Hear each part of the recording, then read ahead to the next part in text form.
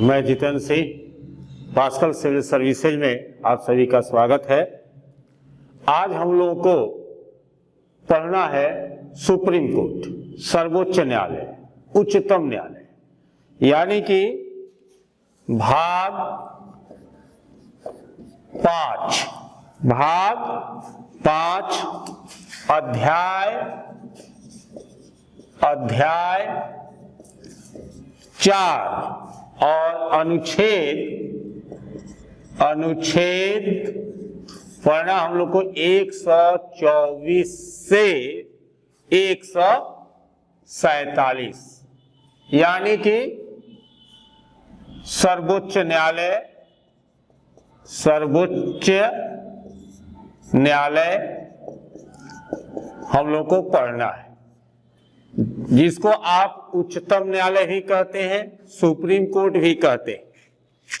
तो संविधान के अनुच्छेद 124 के अनुसार, संविधान के अनुच्छेद 124 के अनुसार 124 के अनुसार उच्चतम न्यायालय की स्थापना और गठन की बात की गई है। अनुच्छेद 124 सुप्रीम कोर्ट की स्थापना और गठन की बात की है।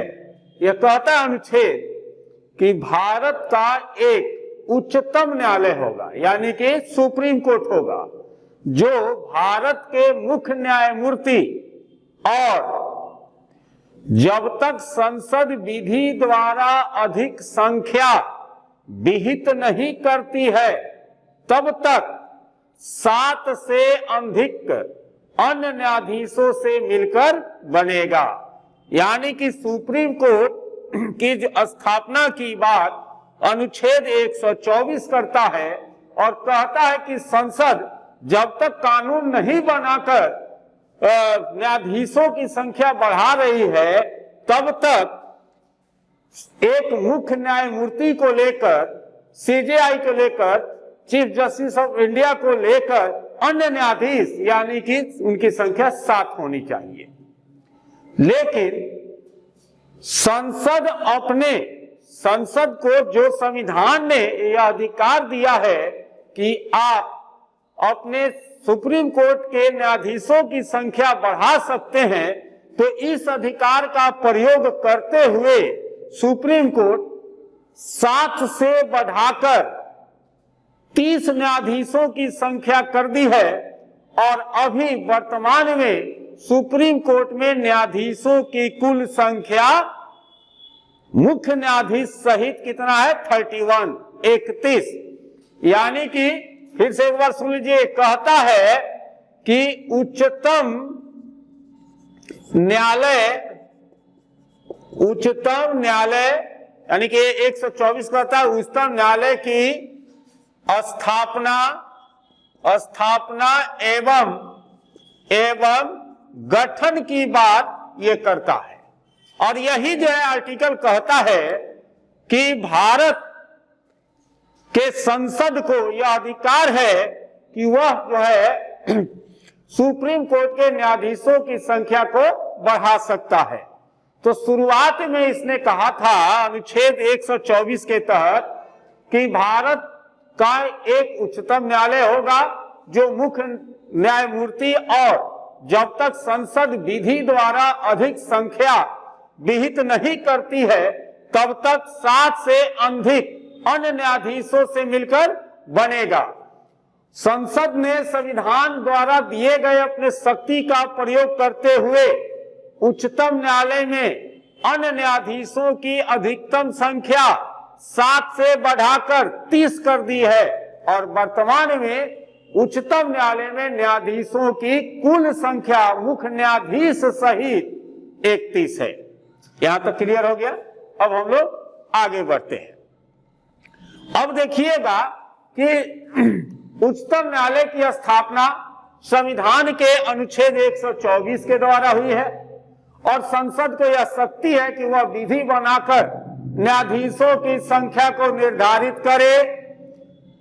और अनुच्छेद 127 जो है अनुच्छेद 127 जो है न्यायाधीशों की संख्या या न्यायाधीशों की नियुक्ति का प्रावधान करता है।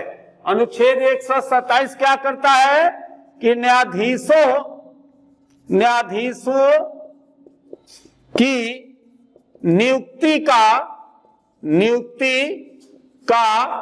प्रावधान करता है। यानी कि अब ये बात उठता है कि न्यायाधीश होंगे कौन। तो ध्यान रखिए कि उच्चतम न्यायालय के न्यायाधीश यानी कि सुप्रीम कोर्ट के न्यायाधीश की योग्यता जो है एग्जामिनेशन में पूछता है, तो उसकी भी हम लोग को चर्चा करनी है। क्वेश्चन उठता है कि उच्चतम न्यायालय का न्यायाधीश नियुक्त होने की योग्यता क्या है। तो सबसे पहले उच्चतम न्यायालय के न्यायाधीश बनने की योग्यता की बात करता है और इसके विषय में हम लोग को चर्चा करना होगा। तो पहला क्या है इसका कंडीशन कि भारत का नागरिक हो। पहला कंडीशन ये बनता है कि भारत का नागरिक हो। दूसरा कंडीशन होता है कि कम से कम 5 वर्षों तक हाई कोर्ट में लगातार न्यायाधीश रह चुका हो। कम से कम 5 वर्षों तक उच्च न्यायालय में यानी कि हाई कोर्ट में न्यायाधीश का यानी कि न्यायाधीश रह चुका हो, न्यायाधीश रह चुका हो यह है। उसके बाद तीसरा होता है कि उच्च न्यायालय में लगातार 10 वर्षों तक अधिवक्ता रहा हो, यानी कि उच्च न्यायालय में 10 वर्षों तक वकालत कर चुका हो, यानी कि वो जो है अधिवक्ता के रूप में हाई कोर्ट में 10 वर्षों तक रहा हो। या चौथा बनता है कि राष्ट्रपति की नजर में वह उच्च कोटि का विधि शास्त्री हो या विधिवेता हो। राष्ट्रपति की नजर में उच्च कोटि का विधिवेता हो। तो ये जो है सुप्रीम कोर्ट के न्यायाधीश बनने की योग्यता है। और ये देखिएगा एग्जामिनेशन में इसको अक्सर जो है पूछता है कि सुप्रीम कोर्ट के न्यायाधीश बनने की योग्यता क्या होनी चाहिए। तो पहला भारत का नागरिक हो, दूसरा कम से कम 5 वर्षों तक उच्च न्यायालय में न्यायाधीश रह चुका हो, तीसरा उच्च न्यायालय में 10 वर्षों तक वकालत या अधिवक्ता के रूप में काम कर चुका हो, और चौथा है राष्ट्रपति के नजर में उच्च कोटि का विधिवेता हो। ये जो है यानी कि न्यायाधीश बनने की योग्यता है। अब आते हैं इनके कार्यकाल पर। उच्च न्यायालय के न्यायाधीश का कार्यकाल अब हम लोग को जानना है। कार्यकाल ये सब देखिएगा बहुत इजी है। ये सब केवल आप अगर वीडियो बार बार देखते हैं तो उसी से आपको याद हो जाएगा और आप परीक्षा में अच्छा कर सकते हैं। इसलिए आप लोग सभी से अनुरोध है कि आप लोग वीडियो को अच्छा से देखिए और 2 बार 4 बार देखिएगा तो इससे आपका एकदम क्लियर हो जाएगा, एग्जाम में क्वेश्चन नहीं छूटेगा।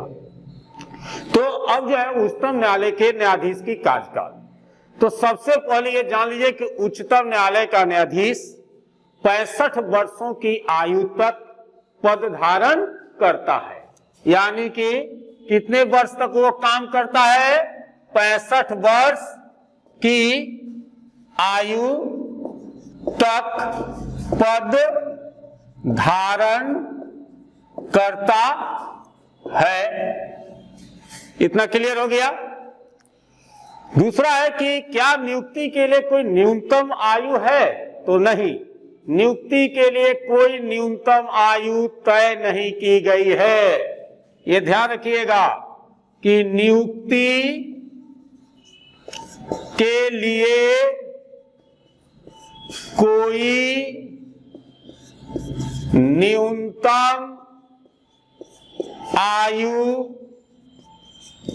तय नहीं की गई है।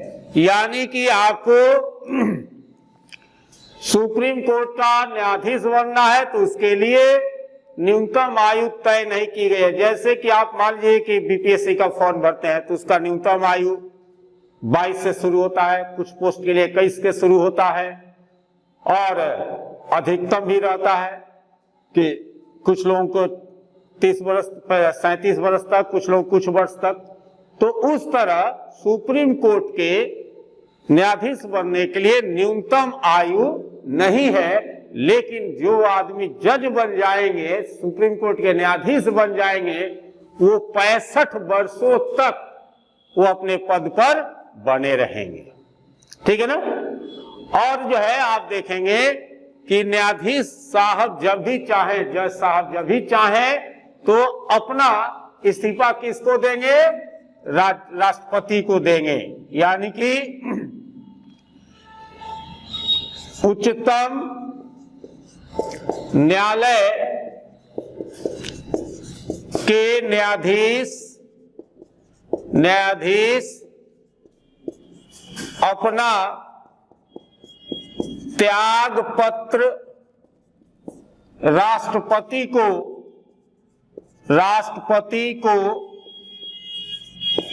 देते हैं, राष्ट्रपति को देते हैं। अब इसमें आता है कि उच्चतम न्यायालय के न्यायाधीश को पद से कैसे हटाया जाता है। तो इतना ध्यान रखिएगा कि उच्चतम न्यायालय के न्यायाधीश का कार्यकाल कितना दिन है? 65 वर्ष की आयु तक है। इनकी न्यूनतम यानी कि आयु तय नहीं की गई है। और उच्चतम न्यायालय के न्यायाधीश को अपना अगर रिजाइनेशन देना है, त्याग पत्र देना है, तो किसको देंगे? तो वो राष्ट्रपति को देंगे। अब जो है आता है कि इनको पद से कैसे हटाया जाता है। पद से हटाने की विधि, ये जो है पद से कैसे हटाया जाता है। तो ध्यान रखिएगा कि किसी उच्चतम न्यायालय के न्यायाधीश को संसद के प्रत्येक सदन द्वारा विशेष बहुमत से पारित समावेदन राष्ट्रपति को प्रस्तुत किए जाने पर राष्ट्रपति उसे पद से हटा सकते हैं। और उसे पद से हटाने के लिए मात्र 2 आधार है, एक है साबित कदाचार और दूसरा है असमर्थता। यानी कि उच्चतम न्यायालय के न्यायाधीश को पद से हटाने के लिए जो है संसद के दोनों सदनों से संसद के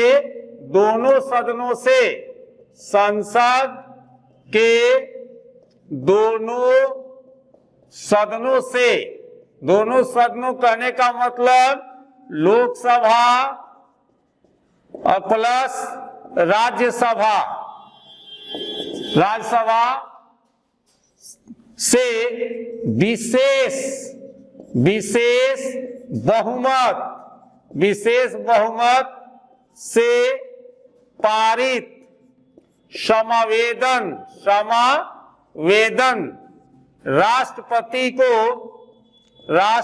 को दिए जाने के बाद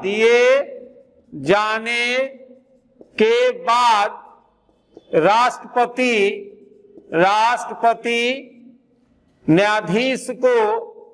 न्यायाधीश को पद से हटा सकते हैं। सकते हैं। और ये हटाने का जो है क्या कितने आधार हैं? तो 2 आधार हैं हटाने का। कितने आधार हैं? 2 आधार है। पहला कि साबित कदाचार, साबित कदाचार, और दूसरा है असमर्थता, असमर्थता, यानी कि जो असमर्थ हो तब हटाया जा सकता है। साबित कदाचार का मतलब कि अगर कोई वो गलत काम किए हो और वो साबित हो जाए कोर्ट में कि किसी न्यायाधीश के द्वारा कोई गलत जो है काम किया गया है, तो उस पर जो है यानी कि संसद के दोनों सदनों द्वारा विशेष बहुमत से पारित समावेदन राष्ट्रपति को प्रस्तुत किए जाएंगे, और जब वो समावेदन प्रस्तुत किए जाने के बाद राष्ट्रपति उसे पद से हटा सकते हैं। ये जो है यानी कि सुप्रीम कोर्ट के न्यायाधीश को हटाने की विधि है। यानी कि इसको शॉर्ट में हम लोग बोल देते हैं कि राष्ट्रपति जब हटाते हैं सुप्रीम कोर्ट के न्यायाधीश को, तो महाभियोग के द्वारा हटाया जाता है या कहा जाता है, लेकिन उसका सही आंसर होता है कि संसद के दोनों सदन जब विशेष बहुमत से पारित समावेदन राष्ट्रपति को सौंपते हैं, तब राष्ट्रपति जो है न्यायाधीश को पद से हटा सकते हैं। उनका 2 आधार है, पहला साबित कदाचार और दूसरा असमर्थता। अब आगे बढ़ते हैं, अब बात करते हैं क्षेत्राधिकार की। तो अब बात करते हैं हम लोग क्षेत्राधिकार से पहले जो है उच्चतम न्यायालय की कार्यविधि। उच्चतम न्यायालय की कार्यविधि, उच्चतम न्यायालय की कार्यविधि, ये जो है हम लोग पहले बात कर लेते हैं। तो ध्यान रखिएगा कि उच्चतम न्यायालय के कार्यविधि के संदर्भ में नियम बनाने का अधिकार संविधान द्वारा संसद को दिया गया है। उच्चतम न्यायालय के कार्यविधि के संदर्भ में नियम बनाने का अधिकार संविधान द्वारा किसको दिया गया है? तो संसद को दिया गया है। जिन बातों पर संविधान एवं संसद ने कार्य व्यवस्था न की हो, ऐसी बातों पर स्वयं उच्चतम न्यायालय की अनुमति से कानून बन सकता है। यानी कि आप देखेंगे कि उच्चतम न्यायालय के कार्यविधि के संदर्भ में नियम बनाने का अधिकार संविधान द्वारा संसद को दिया गया है। जिन बातों पर संविधान और संसद ने कार्य व्यवस्था न की हो, तो ऐसी बातों पर स्वयं उच्चतम न्यायालय की अनुमति से कानून बन सकता है। आप देखेंगे बहुत ऐसा चीज है कि जो कहता है सरकार से, संसद से कि आप इस पर कानून लाएं। अब जो है हम लोग बात करते हैं उच्चतम न्यायालय का क्षेत्राधिकार। इसकी बात करते हैं कि इसका क्षेत्राधिकार क्या है। क्षेत्राधिकार, क्षेत्राधिकार तो उच्चतम न्यायालय का क्षेत्राधिकार बहुत ही विस्तृत है। इसका क्षेत्राधिकार यानी कि इसके कार्य करने का जो अधिकार है वह प्रारंभिक है, पुनर्विचार है तथा मंत्रणा संबंधी है। इसके अलावे उच्चतम न्यायालय को नागरिकों के मौलिक अधिकारों की रक्षा के लिए रीट जारी करने का भी अधिकार है।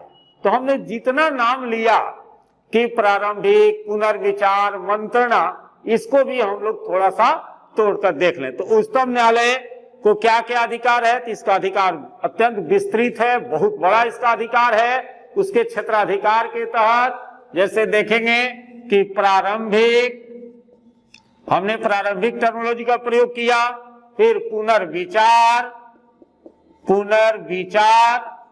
फिर हमने मंत्रणा की भी बात की है, मंत्रणा की भी बात की है। तो ये जो है इस पर भी हम लोग थोड़ा सा बात कर लेते हैं। तो पहला हम लोग बात करते हैं प्रारंभिक क्षेत्राधिकार पर। प्रारंभिक क्षेत्राधिकार क्षेत्राधिकार पर हम लोग बात करते हैं। तो देखिए, प्रारंभिक क्षेत्राधिकार का मतलब क्या है कि सबसे पहले, जैसे कि कोई भी अगर किसी न्यायालय में कोई व्यक्ति जाता है तो सबसे पहले डिस्ट्रिक्ट कोर्ट में जाता है। डिस्ट्रिक्ट कोर्ट में जब रिजल्ट आती है तो रिजल्ट से अगर संतुष्ट है, नहीं संतुष्ट है तो हाई कोर्ट में जाता है। हाई कोर्ट से अगर जो उसका डिक्री आता है, रिजल्ट आता है, उससे भी संतुष्ट नहीं है तो सुप्रीम कोर्ट में जाता है। यानी कि डायरेक्ट जो है कोई सुप्रीम कोर्ट और हाई कोर्ट में नहीं जाता है। जिसको भी जाना है वो निचली अदालत से आदमी जाता है। लेकिन यहां हम लोग प्रारंभिक क्षेत्राधिकार की बात करें कि कौन ऐसा केसेज है जिसमें आपको डिस्ट्रिक्ट कोर्ट, हाई कोर्ट में न जाकर डायरेक्ट आप सुप्रीम कोर्ट में जा सकते हैं। तो ऐसे बहुत सारे केसेज हैं, जैसे कि जब ऐसा विवाद जो भारत सरकार और एक या अधिक राज्यों के बीच हो, अगर मान लीजिए कि बिहार और भारत सरकार से किसी बात पर विवाद हो जाए तो बिहार सरकार कहां जाकर केस करेगी? सुप्रीम कोर्ट में। मान लीजिए कि अगर भारत सरकार और यूपी सरकार से कोई विवाद हो जाए तो यूपी सरकार जाकर कहां केस करेगी, अपनी मुकदमा रखेगी? तो सुप्रीम कोर्ट में रखेगी। तो प्रारंभिक क्षेत्राधिकार का कहने का मतलब कि ऐसे विवाद जो भारत सरकार और एक या अधिक राज्यों के बीच में हो, तब जो है डायरेक्ट वो सुप्रीम कोर्ट में जाकर केस करता है।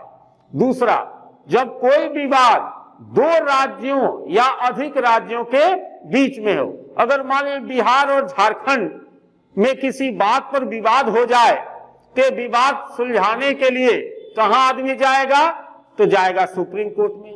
ठीक वैसे ही जब मौलिक अधिकार का हनन हो तो आर्टिकल 32 के तहत आदमी कहां जाता है? सुप्रीम कोर्ट में। तो यानी कि अभी तक आपने देख लिया कि जब राज्य और संघ के बीच विवाद हो तो व्यक्ति कहां जाएंगे? सुप्रीम कोर्ट में। जब दो राज्य या अधिक राज्यों के बीच विवाद हो तो राज्य कहां जाएंगे अपनी विवाद सुलझाने के लिए? सुप्रीम कोर्ट में। और जब मौलिक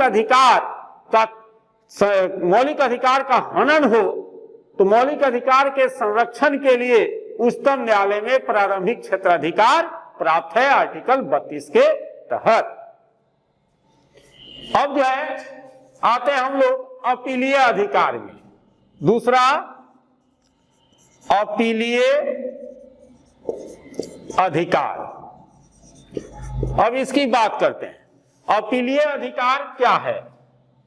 अपीलीय अधिकार, तो ध्यान रखिएगा कि उच्चतम न्यायालय को संवैधानिक, सिविल और क्रिमिनल के मामलों में सभी उच्च न्यायालय के निर्णय के विरुद्ध अपील सुनने का अधिकार है। यानी कि सुप्रीम कोर्ट को संवैधानिक मामला हो, चाहे वो सिविल नेचर का मामला हो, चाहे वो क्रिमिनल नेचर का मामला हो, इन सभी में मामलों में उच्च न्यायालय के निर्णयों के विरुद्ध अपील सुनने का अधिकार है।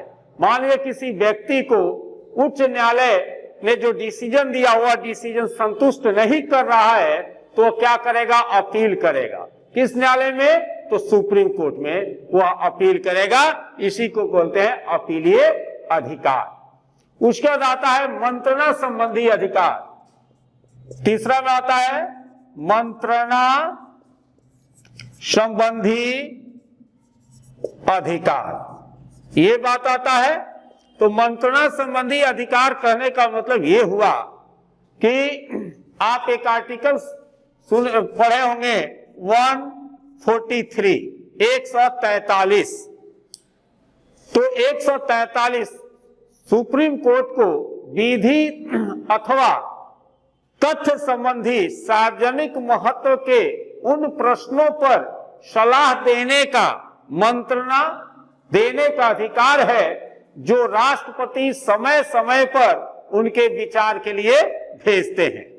परंतु राष्ट्रपति उच्चतम न्यायालय के, सुप्रीम न्यायालय के द्वारा दी गई मंत्रणा या सलाह को मानने के लिए बाध्य नहीं किया जा सकता है। तो ये जो है आपका सुप्रीम कोर्ट का एक ये हुआ। इसमें कुछ मुख्य बातें जान लीजिए कि सर्वोच्च न्यायालय, सुप्रीम कोर्ट नागरिकों के मौलिक अधिकारों का रक्षक होता है। सर्वोच्च न्यायालय को अपने द्वारा दिए गए किसी निर्णय का फिर से अवलोकन करने का अधिकार है। वह संसद द्वारा बनाए गए कानूनों का भी न्यायिक पुनरावलोकन कर सकता है। सर्वोच्च न्यायालय संविधान का रक्षक है। सर्वोच्च न्यायालय अभिलेखीय न्यायालय है। तो ये जो है आप देखेंगे कि सर्वोच्च न्यायालय के न्यायाधीशों को महाभियोग के द्वारा हटाया जाता है। सर्वोच्च न्यायालय उन निर्णयों को मानने के लिए बाध्य नहीं है जो उच्च न्यायालय द्वारा दिए जाते हों। और सर्वोच्च न्यायालय कहाँ स्थित है? तो दिल्ली में स्थित है। इसके साथ ही आप लोगों को बहुत बहुत धन्यवाद।